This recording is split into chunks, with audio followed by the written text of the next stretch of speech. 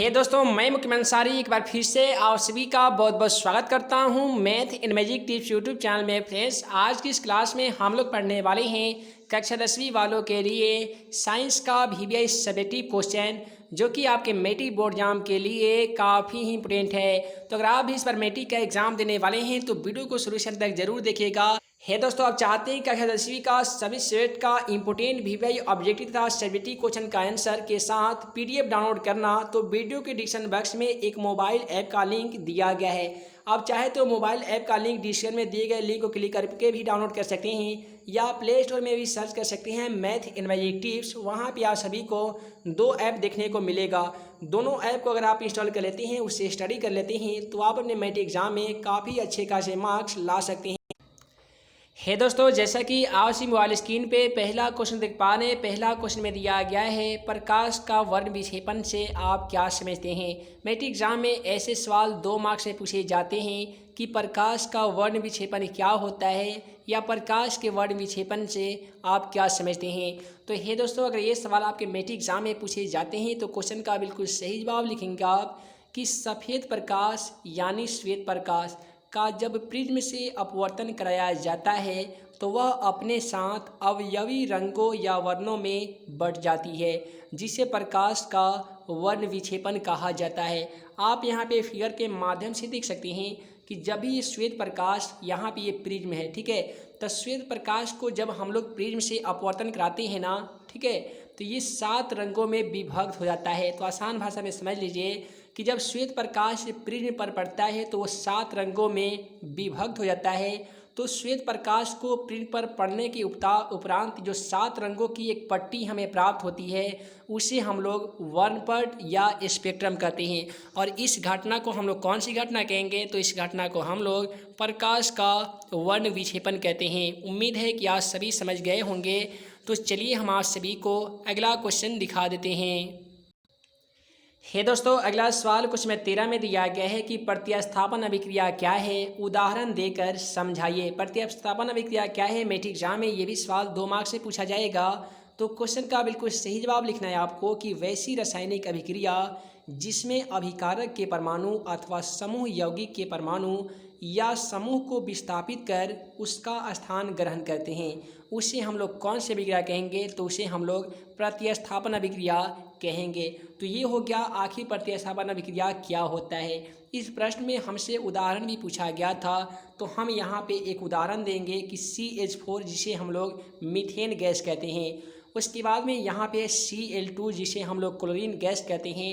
तो CH4 methane gas और chlorine gas को सूर्य के प्रकाश पर अभिक्रिया कराएंगे तो ये बनता है CH3Cl और प्लस HCl यानी हाइड्रोक्लोरिक अम्ल बनता है।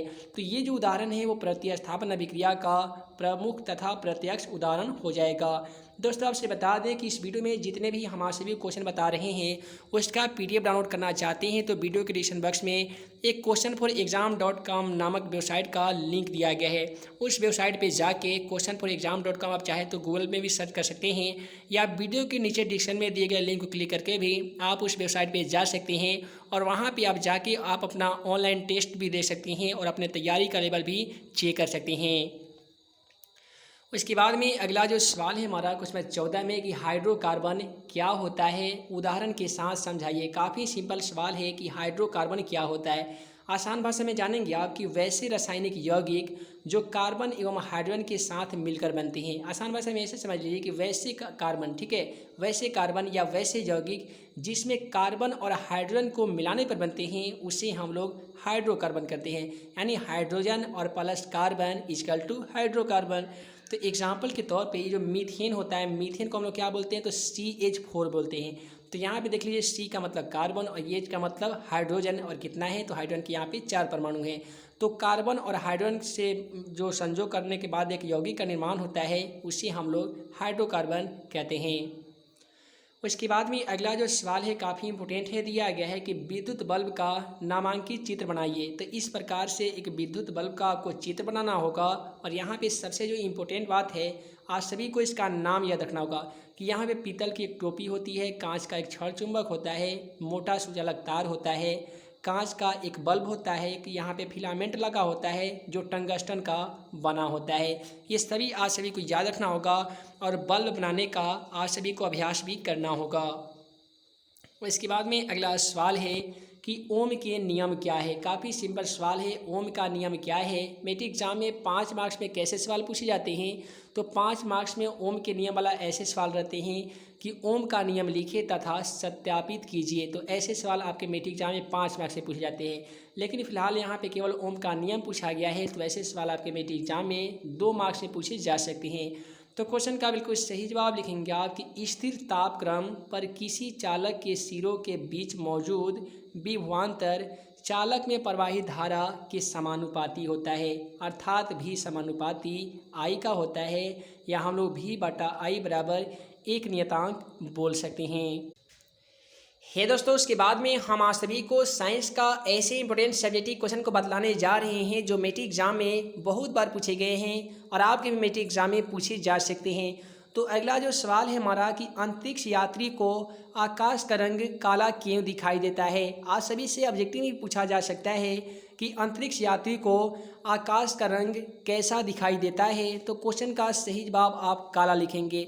तो आखिर जो भी अंतरिक्ष यात्री अंतरिक्ष में जाता है तो वहाँ पे आकाश का जो रंग होता है वो काला क्यों दिखाई देता है। क्वेश्चन का बिल्कुल सही जवाब लिखेंगे आप कि जब अंतरिक्ष यात्री अंतरिक्ष में जाता है तो वहाँ कोई भी कण ना होने के कारण प्रकाश का अपवर्तन नहीं होता है, जिसके कारण अंतरिक्ष यात्री को आकाश का रंग काला दिखाई देता है। एक बार फिर से समझ लीजिए कि जब अंतरिक्ष यात्री अंतरिक्ष में जाता है तो वहाँ कोई कण ना होने के कारण प्रकाश का अपवर्तन नहीं होता है, जिसके कारण अंतरिक्ष यात्री को आकाश का रंग काला दिखाई देता है। तो उम्मीद है कि आप सभी को समझ में आ गया होगा। तो चलिए हम आप सभी को अगला क्वेश्चन दिखा देते हैं। उसके बाद में अगला सवाल है क्वेश्चन 23 में कि सूर्योदय और सूर्यास्त के समय सूर्य का रंग लाल दिखाई देता है क्यों। मैट्रिक एग्जाम में ये सवाल ऐसे पूछा गया था कि सूर्योदय जिसको हम लोग बोलते हैं उगते, सूर्यास्त यानी डूबते, अर्थात उगते और डूबते समय सूरज का जो रंग है वो लाल हमें क्यों दिखाई देता है। तो क्वेश्चन का बिल्कुल सही जवाब लिखेंगे आप कि जब सूर्य धरती के क्षितिज के समीप रहता है तो उससे निकलने वाली प्रकाश के वर्णों को अधिक दूरी तय करनी पड़ती है, जिसके कारण कम तरंग दैर्ध्य वाले प्रकाश के वर्णों का प्रकीर्णन तो हो जाता है किंतु लाल वर्ण का प्रकीर्णन कम होता है। यही कारण है कि सूर्योदय और सूर्यास्त के समय सूर्य का रंग लाल दिखाई पड़ता है। उम्मीद है कि आप सभी को समझ में आ गया होगा। चलिए हम आप सभी को एक बार फिर से बता देते हैं कि जब सूर्य धरती के क्षितिज के समीप रहता है तो उससे निकलने वाली प्रकाश के वर्णों को अधिक दूरी तय करनी पड़ती है, जिसके कारण कम तरंग दैर्ध्य वाले प्रकाश के वर्णों का प्रकीर्णन तो हो जाता है किंतु लाल वर्ण का प्रकीर्णन सबसे कम होता है। यही कारण है कि सूर्योदय और सूर्यास्त के समय सूर्य का रंग लाल दिखाई देता है। उसके बाद में अगला जो सवाल है हमारा कि टिंडल प्रभाव क्या है। मैट्रिक एग्जाम में ऐसे सवाल 2 मार्क्स में पूछे जाते हैं कि आखिर टिंडल प्रभाव से आप क्या समझते हैं या टिंडल प्रभाव क्या होता है। क्वेश्चन का बिल्कुल सही जवाब लिखेंगे आप कि पोलैरिटी विलयन के कणों द्वारा प्रकाश के प्रकीर्णन को टिंडल प्रभाव कहते हैं। एक बार फिर से समझ लीजिए कि पोलैरिटी विलयन के कणों द्वारा प्रकाश के प्रकीर्णन को टिंडल प्रभाव कहते हैं। आपसे बता दें कि टिंडल प्रभाव के कारण प्रकाश का मार्ग दिखाई पड़ता है, यानी प्रकाश का हमें रास्ता दिखाई पड़ता है। किसके माध्यम से, तो टिंडल प्रभाव के माध्यम से। उसके बाद में अगला सवाल है हमारा कि वायुमंडलीय अपवर्तन से आप क्या समझते हैं। मैट्रिक एग्जाम के लिए काफ़ी इंपॉर्टेंट सवाल है कि आखिर वायुमंडलीय अपवर्तन होता क्या है या वायुमंडलीय अपवर्तन से आप सभी क्या समझते हैं। तो क्वेश्चन का बिल्कुल सही जवाब लिखेंगे आप कि वायुमंडल का घनत्व तो विभिन्न प्रकार के होते हैं।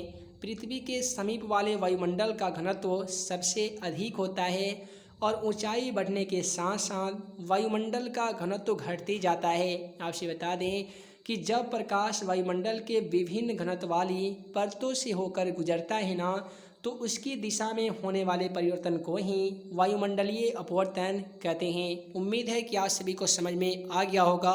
चलिए हम आप सभी को एक बार फिर से बता देते हैं कि वायुमंडल का घनत्व भिन्न भिन्न प्रकार के होते हैं। पृथ्वी के समीप वाले वायुमंडल का घनत्व सबसे अधिक होता है और ऊंचाई बढ़ने के साथ साथ वायुमंडल का घनत्व घटते जाता है। जब प्रकाश वायुमंडल के विभिन्न घनत्व वाली परतों से गुजरता है तो उसके दिशा में होने वाले परिवर्तन को ही वायुमंडलीय अपवर्तन कहते हैं। तो चलिए हम आप सभी को अगला क्वेश्चन दिखा देते हैं। दोस्तों, अगला जो सवाल है क्वेश्चन 26 में कि अमीबा में पोषण क्रिया को समझाओ। ये जो सवाल है बायोलॉजी के प्रथम चैप्टर जैव प्रक्रम से लिया गया है कि अमीबा में पोषण क्रिया कैसी होती है, यानी कुल मिलाकर अमीबा में पोषण क्रिया के बारे में आप सभी को लिखना है। तो क्वेश्चन का बिल्कुल सही जवाब लिखेंगे आप कि अमीबा एक कोशिकीय जीव है। मैट्रिक एग्जाम में ऑब्जेक्टिव में भी पूछे जा सकते हैं कि अमीबा कितने के कोशिकाओं का बना जीव है। तो अमीबा एक कोशिकाओं के द्वारा बना जीव है जो कूटपाद के द्वारा भोजन को घेर कर खाद्य धानी में ले जाता है, जिसमें उपस्थित एंजाइम भोजन का पाचन अम्लीय माध्यम से करते हैं और अनपचा भोजन कोशिका के सतह से चिपक जाता है और पुनः बाहर निकल जाता है। एक बार फिर से समझ लीजिए कि आखिर अमीबा में पोषण क्रिया कैसे होता है। क्वेश्चन का बिल्कुल सही जवाब लिखेंगे आप कि अमीबा एक कोशिकीय जीव है जो कूटपाद के द्वारा भोजन को घेर कर खाद्यान्नी में ले जाता है, जिसमें उपस्थित एंजाइम भोजन का पाचन करता है और अनपचा भोजन कोशिका के सतह से चिपक जाता है और पुनः बाहर निकल जाता है। तो चलिए हम आप सभी को अगला क्वेश्चन दिखा देते हैं। दोस्तों, अगला सवाल है कि पोषण जीवों के लिए क्यों आवश्यक है। कई बार तो ऐसे सवाल पूछे जाते हैं कि श्वसन जीवों के लिए क्यों आवश्यक है या पोषण जीवों के लिए क्यों आवश्यक है। तो क्वेश्चन का बिल्कुल सही जवाब लिखेंगे आप कि समस्त जैविक क्रियाओं का संचालन, कोशिकाओं की टूट फूट की मरम्मत, वृद्धि एवं विकास हेतु ऊर्जा की आवश्यकता होती है। ठीक है, वृद्धि एवं विकास हेतु शरीर में ऊर्जा की आवश्यकता होती है और यह जो ऊर्जा होती है ना, यह पोषण जो होती है वह पोषण परकर्म द्वारा प्राप्त हमें भोजन से पूरा होता है। यही कारण है कि पोषण जीवों के लिए आवश्यक है। एक बार फिर से समझ लीजिए कि पोषण जीवों के लिए क्यों आवश्यक है। तो समस्त जैविक क्रियाओं का संचालन, कोशिकाओं की टूट फूट की मरम्मत, वृद्धि एवं विकास हेतु ऊर्जा की हमें आवश्यकता पड़ती है और यह जो ऊर्जा है यह जो पोषण है परकर्म द्वारा प्राप्त हमें भोजन से पूरी होती है। यही कारण है कि पोषण सभी जीवों के लिए काफ़ी ही आवश्यक है। उसके बाद में अगला सवाल फिजिक्स के प्रथम चैप्टर प्रकाश के प्रवर्तन से लिया गया है कि दर्पण किसे कहते हैं, ये कितने प्रकार के होते हैं। ये सवाल आपसे पूछा जा रहा है कि आखिर दर्पण होता क्या है, दर्पण किसे कहते हैं, दर्पण क्या होता है और ये जो दर्पण होते हैं ये कितने प्रकार के होते हैं। तो क्वेश्चन का बिल्कुल सही जवाब लिखेंगे आप कि वह चिकनी एवं चमकीली सतह जिससे नियमित रूप से प्रकाश का परावर्तन होता है उसे दर्पण कहते हैं। एक बार फिर से समझ लीजिए कि वह चिकनी एवं चमकीली सतह जिससे नियमित रूप से प्रकाश का परिवर्तन होता है उसे हम लोग क्या कहेंगे, तो उसे हम लोग दर्पण कहेंगे। अब आपसे बता दें कि दर्पण में एक खासियत होता है कि कम से कम इसका जो एक भाग होता है वो रंजित होता है, यानी रंगा हुआ होता है। दर्पण आसान भाषा में समझ लीजिए कि जितना भी आईना यानी शीशा होते हैं ना, उसे हम लोग दर्पण कहते हैं। एग्जाम्पल के तौर पे हजामती दर्पण, यानी अगर आप दाढ़ी बनवाने जाते होंगे, बाल कटवाने जाते होंगे, तो उस सैलून में जो शीशा लगा होता है जिसे हम लोग दर्पण कहते हैं। ठीक है, उसी प्रकार से आईना में भी एक शीशा लगा होता है जिसे हम लोग दर्पण कहेंगे। तो वह जो होता है चिकनी एवं चमकीली सतह होता है, तो उसका जो पीछे वाला जो भाग होता है वो रंजित होता है, यानी रंगा होता है। अब हम लोग ये भी जान लेते हैं कि आखिर दर्पण के कितने प्रकार होते हैं। तो आपसे बता दें कि दर्पण कुल मिलाकर 3 प्रकार के होते हैं। एक होते हैं समतल दर्पण, दूसरा होते हैं गोलीय दर्पण और तीसरा होते हैं परवलयिक दर्पण। उसके बाद में अब हम लोग बात करने वाले हैं कि वास्तविक प्रतिबिंब और काल्पनिक प्रतिबिंब में क्या अंतर होता है। तो सबसे पहले आप सभी से सवाल ऐसे भी बनता है कि वास्तविक प्रतिबिंब होता क्या है और काल्पनिक प्रतिबिंब क्या होता है। तो ऐसे जितने भी इंपॉर्टेंट सवाल बनते हैं सभी सवाल का इंपॉर्टेंट क्वेश्चन तथा ऑब्जेक्टिव तथा सब्जेक्टिव के साथ हम ऐप में अपडेट कर दिए हैं, जिसका लिंक इस वीडियो के डिस्क्रिप्शन बॉक्स में दिया गया है। तो चाहे तो मेरे मोबाइल एप्लीकेशन को भी इंस्टॉल करके आप मैट्रिक एग्जाम में अच्छे खासे मार्क्स ला सकते हैं। तो फिलहाल इस क्वेश्चन को हम लोग देख लेते हैं कि वास्तविक प्रतिबिंब और काल्पनिक प्रतिबिंब में क्या अंतर होता है। तो क्वेश्चन का बिल्कुल सही जवाब लिखेंगे आप कि वास्तविक प्रतिबिंब और काल्पनिक प्रतिबिंब में प्रमुख अंतर निम्नलिखित है, यानी अंतर जो है वो नीचे लिखा गया है। रोमन नंबर 1 में लिखेंगे आप कि वास्तविक प्रतिबिंब वास्तविक रेखाओं के कटने से बनता है, जबकि काल्पनिक प्रतिबिंब काल्पनिक रेखाओं के कटने से बनता है। उसके बाद में आज सभी रोमन नंबर 2 में लिखेंगे कि वास्तविक प्रतिबिंब उल्टा होता है, जबकि काल्पनिक प्रतिबिंब सीधा होता है। बहुत ही सिंपल है, केवल ध्यान से सुनिएगा और वीडियो को ध्यान से देखिएगा। आप सभी को वीडियो के माध्यम से ही याद होता चलेगा। वास्तविक प्रतिबिंब वास्तविक रेखाओं के कटने से बनता है, जबकि काल्पनिक प्रतिबिंब काल्पनिक रेखाओं के कटने से बनता है। उसके बाद में रोमन नंबर 2 में है कि वास्तविक प्रतिबिंब उल्टा होता है, जबकि काल्पनिक प्रतिबिंब सीधा होता है। उसके बाद में आज सभी रोमन नंबर 3 में लिखेंगे कि वास्तविक प्रतिबिंब को पर्दे पर लिया जा सकता है, जबकि काल्पनिक प्रतिबिंब को पर्दे पर नहीं लिया जा सकता है। उसके बाद में आज सभी रोमन नंबर 4 में लिखेंगे कि वास्तविक प्रतिबिंब दर्पण के बाईं ओर बनता है, जबकि काल्पनिक प्रतिबिंब दर्पण के दाईं ओर बनता है दोस्तों, अगला सवाल है क्वेश्चन 30 में कि अवतल दर्पण का उपयोग बतावें। आखिर अवतल दर्पण का क्या क्या इस्तेमाल किया जाता है, क्या क्या चीज़ कार्यों में उसका इस्तेमाल किया जाता है, यही आप सभी को इस क्वेश्चन में बताना है। तो क्वेश्चन का बिल्कुल सही जवाब लिखेंगे आप कि अवतल दर्पण के प्रमुख उपयोग निम्नलिखित हैं। उसके बाद में आज सभी रोमन नंबर 1 में लिखेंगे कि अवतल दर्पण का उपयोग हजामती दर्पण के रूप में किया जाता है। यानी अवतल दर्पण का जो इस्तेमाल किया जाता है वो सैलून में किया जाता है, यानी हजामत बनाने के लिए, वो दाढ़ी हो या बाल कटवाने हो, इसके इस्तेमाल में एक दर्पण का जो इस्तेमाल किया जाता है वो अवतल दर्पण होता है। उसके बाद में आज सभी रोमन नंबर 2 में लिखेंगे कि अवतल दर्पण का उपयोग डॉक्टरों के द्वारा रोगियों के नाक, कान तथा गले की जांच में किया जाता है। उसके बाद में रोमन नंबर 3 में लिखेंगे कि अवतल दर्पण का उपयोग सोलर कुकर में किया जाता है। उसके बाद में आज सभी रोमन नंबर 4 में लिखेंगे कि अवतल दर्पण का उपयोग मोटर कार के अग्र छिपो टच और टेबल लैंप में किया जाता है। तो यहाँ पे सवाल ये भी बनता है कि अवतल दर्पण का जो इस्तेमाल है, उपयोग है, वो सोलर कुकर में आखिर क्यों किया जाता है। तो दोस्तों आपसे बता दें कि अवतल दर्पण क्या करता है कि सूर्य के विकिरण ऊर्जा को अवशोषित करके उससे ऊष्मीय ऊर्जा में बदल देता है, जिसके कारण सोलर कुकर के अंदर रखा भोज्य पदार्थ आसानी से पक जाता है। यही कारण है कि अवतल दर्पण का उपयोग जो है सोलर कुकर में किया जाता है। तो ये दोस्तों वीडियो लंबी ना हो, जिस कारण मैं इस वीडियो को यहीं पे एंड करता हूँ। उम्मीद है कि आप सभी को वीडियो पसंद आया हो तो वीडियो को लाइक करें, अपने दोस्तों में शेयर करें।